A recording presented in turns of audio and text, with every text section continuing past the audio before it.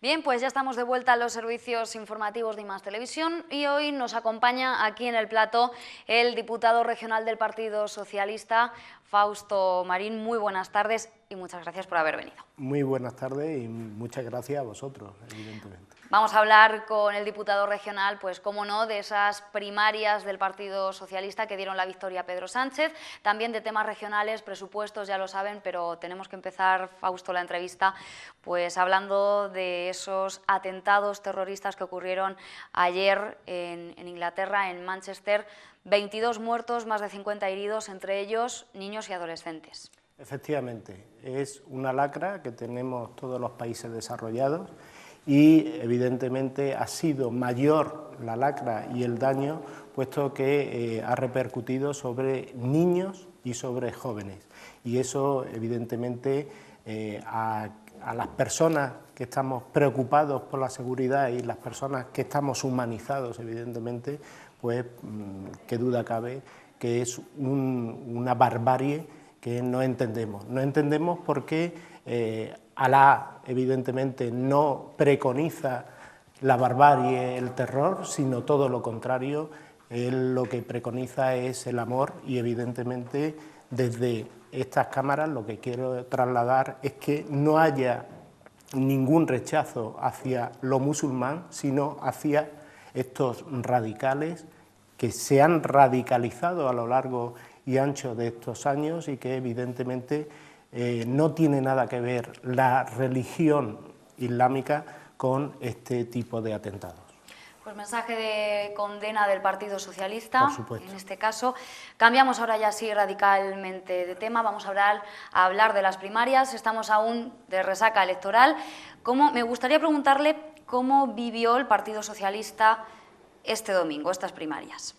Pues lo vivimos intensamente. Yo recuerdo que me levanté ese día muy temprano porque tenía que ir a la manifestación de Torrenueva, evidentemente, y leí un meme de un compañero y amigo que decía: hoy nadie pierde, gana el PSOE. Y evidentemente cuando tú llevas tanto tiempo en el partido, yo llevo desde los 17 años que me afilié a Juventudes, en esos momentos tenía hasta pelo incluso, pues qué duda cabe que lo hemos vivido intensamente tanto las primarias de Almunia y Borrell como las posteriores de Eduardo Madina, Pedro Sánchez y Pérez Tapia, y estas, como no, también las hemos vivido intensamente.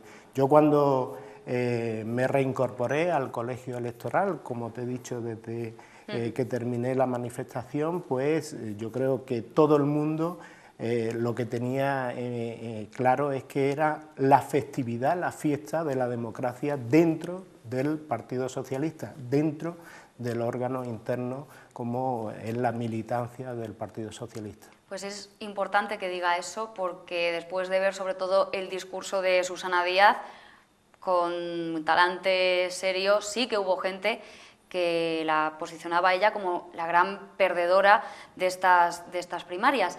¿El sentimiento que tenía el Partido Socialista al empezar el día era diferente al terminar el domingo?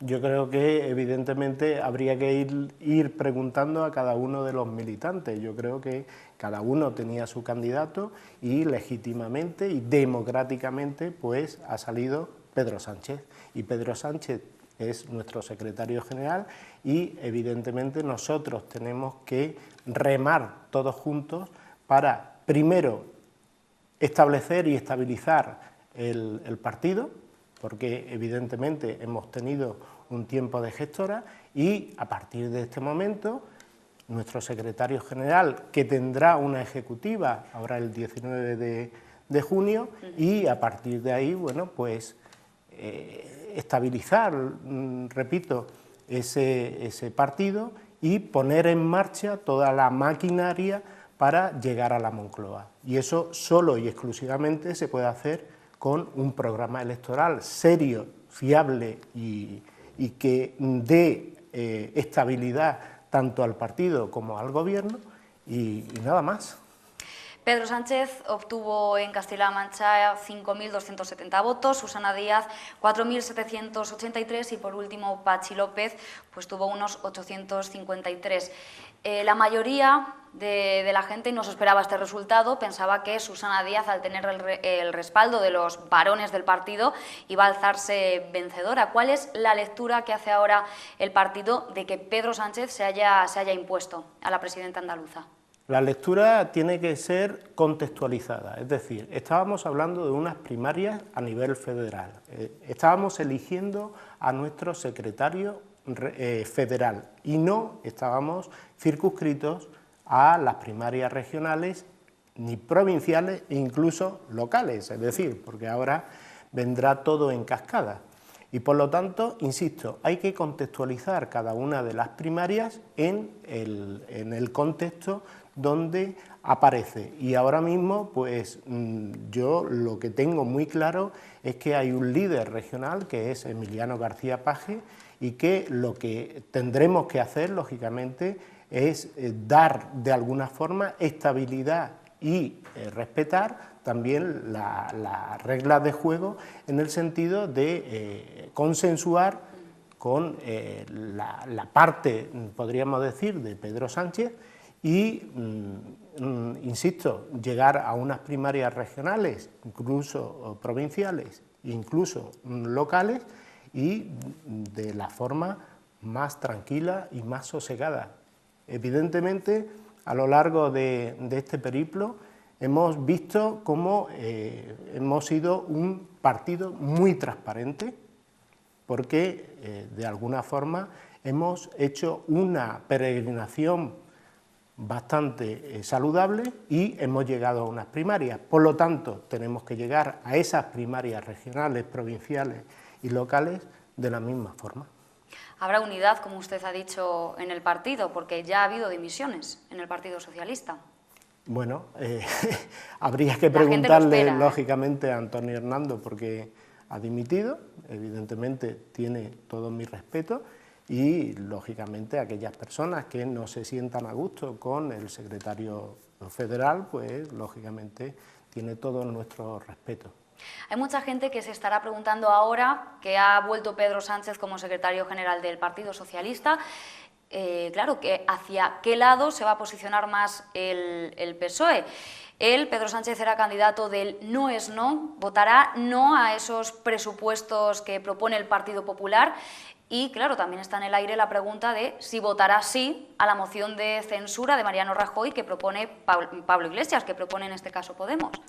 Por parte, el Partido Socialista es un partido autónomo y tiene sus directrices. Y lo que no tenía hasta hace unos momentos era un secretario federal y una ejecutiva. Evidentemente la vamos a tener, tenemos ahora ya nuestro secretario general y próximamente vamos a tener nuestra ejecutiva.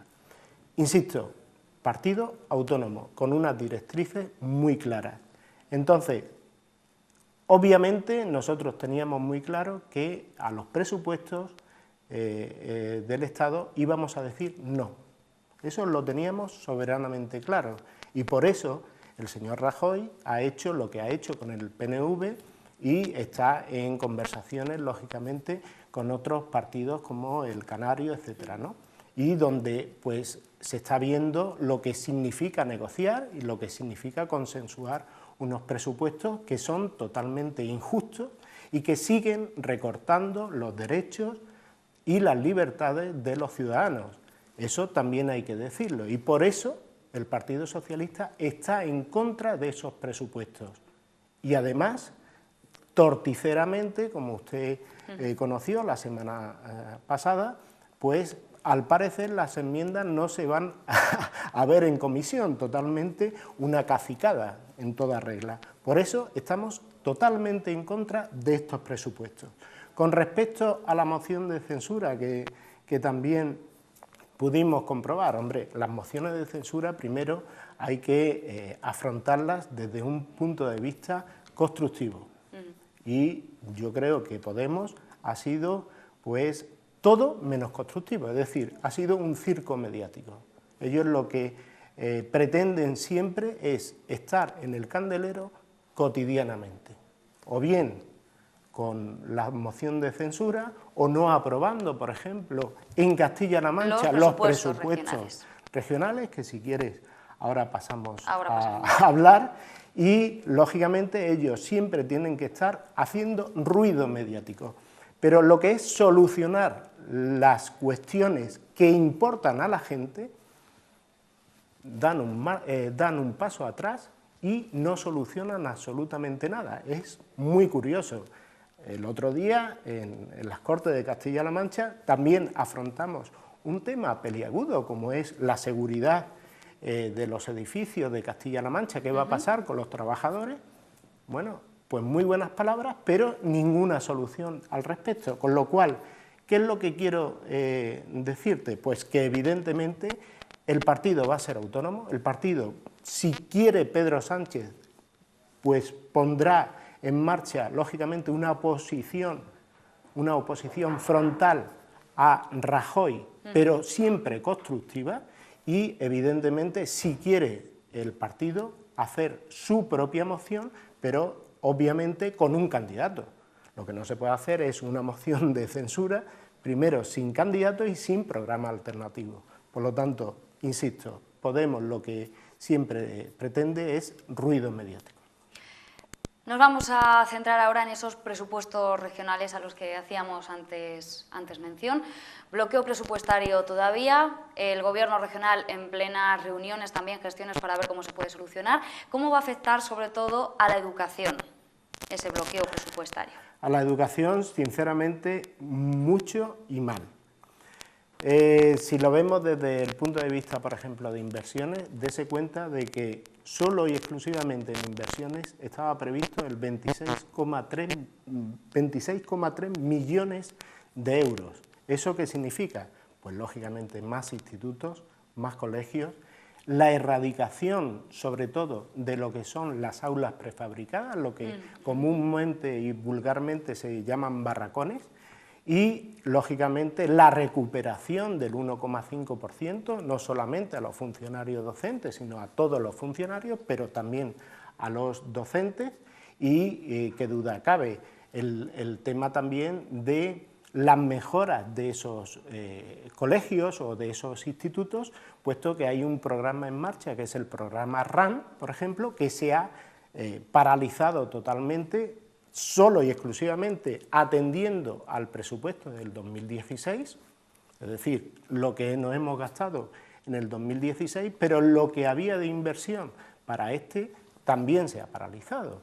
Y obviamente tendremos que hacer un artificio financiero para, de alguna forma, pagarle a los interinos que han sido contratados, puesto que el contrato, si lo hacemos atendiendo al 2016, finalizaría antes del propio curso. Por lo tanto, habrá que hacer, como te digo, una modificación presupuestaria para lograr. Con todo y con eso, yo lo que le digo a la ciudadanía es que el gobierno de Emiliano Paje está poniendo en liza pues, más ayudas en comedores, más rutas de transporte, es decir, queremos unos chicos mejor nutridos, unos chicos que no se duerman en clase, es decir, que no tengan que madrugar mucho para justamente llegar en las mejores condiciones. Para tener un mayor rendimiento. Exactamente. Y qué duda cabe que la semana pasada nos enteramos por el Diario Oficial de Castilla-La Mancha de 4 centros, de 2 colegios en Illescas y Lleves, y también en 2 institutos, también en Illescas y en Alovera. Luego, además, también, bueno, la Junta de Comunidades, sobre todo la Consejería de Educación, Cultura y Deportes, pues dirigida por Ángel Felpeto en este caso, van a dar también una serie de ayudas, de becas, a estudiantes de bachillerato de diferentes centros de Castilla-La Mancha para que puedan continuar sus estudios, por ejemplo, en el extranjero. O sea, que la gente que no se preocupe tampoco, porque el Gobierno se está moviendo para facilitar pues que la educación siga su auge en la región, claro. Efectivamente. Vamos a tranquilizar también a la gente. Efectivamente. Yo que soy docente, ahora mismo estoy lógicamente en comisión de servicio, pero yo soy un docente, hasta hace 4 días era director de un centro educativo y veía cómo se iba recuperando paulatinamente los derechos que han sido cercenados en estos últimos 4 años. Dese cuenta, por ejemplo, de que hemos recuperado justamente 26.000 comensales en esos comedores escolares. Es que dio la casualidad de que con la señora de Cospedal se cerraron comedores y eso la gente no es consciente de ello. Nosotros hemos recuperado esos comedores para que esos chicos estén nutridos, como te decía anteriormente. Y, lógicamente, todo el tema de las ayudas. Tú me hablas, lógicamente, del tema de la ampliación de estudios de las lenguas, sobre todo, en el extranjero, pero también hemos tratado por todos los medios de recuperar las ayudas también en la universidad, ¿de acuerdo? Para que no sea un obstáculo lo económico frente a lo intelectual. Es decir, lo que queremos es que haya chicos que intelectualmente capacitados puedan seguir estudiando y no como pasó recientemente con la señora de Cospedal. Por lo tanto, estamos recuperando los derechos y las libertades de los ciudadanos de Castilla-La Mancha. Nombrando a la presidenta del Partido Popular en Castilla-La Mancha, María Dolores de Cospedal, ella estuvo aquí el viernes pasado, se celebró el Congreso Provincial del PP. Bueno, entre otros temas, María Dolores de Cospedal señaló que el Partido Socialista, que los había acusado a ellos de privatizar los servicios públicos, había cerrado 2 colegios aquí en Ciudad Real. Resulta sorprendente, o bien es ignorancia de la señora de Cospedal, que puede ser, o también mala fe. Es decir, se han cerrado efectivamente 2 colegios, pero ¿por qué se han cerrado? La Ley de Educación del 2010, que nos dimos todos los castellanos manchegos y castellanas manchegas, decía que la ratio tenía que ser de 4 alumnos. Eso es lo que dice la Ley de Educación de Castilla-La Mancha. Y la señora de Cospedal, pues eso lo aumentó a 11 alumnos. Ojo, pero que no modificó la ley, sino que sacó una resolución. Bueno, y a partir de ahí cerró 70 centros rurales. 70, no 2, 70. Bueno, en estos 2 colegios, pues evidentemente no había 4 chicos y se tuvo que cerrar. Pero es más, es que en esta población, en Ciudad Real, se sabe perfectamente por qué se ha cerrado el Juan Alcaide, porque es que no había solicitudes, pero no en el 2015-2016. De antes. No, de antes. Del 2011-2012 ya no hubo ninguna solicitud en 3 años. Que nos lo explique, pero no ahora mismo la señora de Cospedal, que nos lo explique el coordinador de los servicios periféricos por entonces, que era don Miguel Morales. ¿Por qué en el 2011 no había ninguna solicitud de 3 años? Que nos lo explique. Es que, claro, paulatinamente, es que no ha habido ninguna solicitud desde el 2011 hasta nuestros días. Y por lo tanto, pues se ha tenido que cerrar esa decisión. Claro, efectivamente. ¿Y qué le parece que el Partido Popular esté ahora alzándose como defensor de la agricultura, de los jóvenes agricultores, del medio rural en general, aquí en Castilla-La Mancha? Bueno, el Partido Popular, yo siempre les digo en las Cortes de Castilla-La Mancha que son el partido de los trabajadores y trabajadoras cuando están en oposición, pero realmente cuando son gobierno, pues son el partido de los empresarios y ya está, ¿no? Entonces, parece mentira que después de haber cercenado tantas ayudas como ha reducido a lo largo y ancho de estos 4 años, ya hemos hablado de educación, pero podríamos hablar de agricultura, ahora diga lo que dice. Yo recuerdo el último plan de desarrollo rural de la señora de Cospedal, que lo sacó en el Diario Oficial de Castilla-La Mancha, pero no había una consignación presupuestaria a ese PDR, a ese plan de desarrollo rural. Es curioso que ahora se traten de arrogar ciertas medallas cuando los papeles cantan. Es decir, cuando ahí está el Diario Oficial de Castilla-La Mancha que sacaba, repito, este PDR porque a la vuelta de la esquina estaban las elecciones y por lo tanto, pues lógicamente había que de alguna forma congraciarse con los agricultores, porque evidentemente hay una gran masa poblacional de los agricultores. Lo que es fundamental es siempre esa estabilidad y esa programación de ayudas como está haciendo el gobierno de Emiliano García Paje, como hemos podido comprobar con el tema, por ejemplo, de las cooperativas, que ayer pudimos comprobar cómo el consejero proponía 400.000 euros para esas cooperativas que no tienen un volumen de negocio tan bueno o tan importante como las cooperativas fuertes y que van a tener ese tipo de ayuda. Pues Fausto Marín, diputado regional del Partido Socialista, muchísimas gracias por haber compartido estos minutos con los servicios informativos de I+ Televisión. Ha sido todo un placer. No, el placer ha sido totalmente mío y muchísimas gracias por invitarme.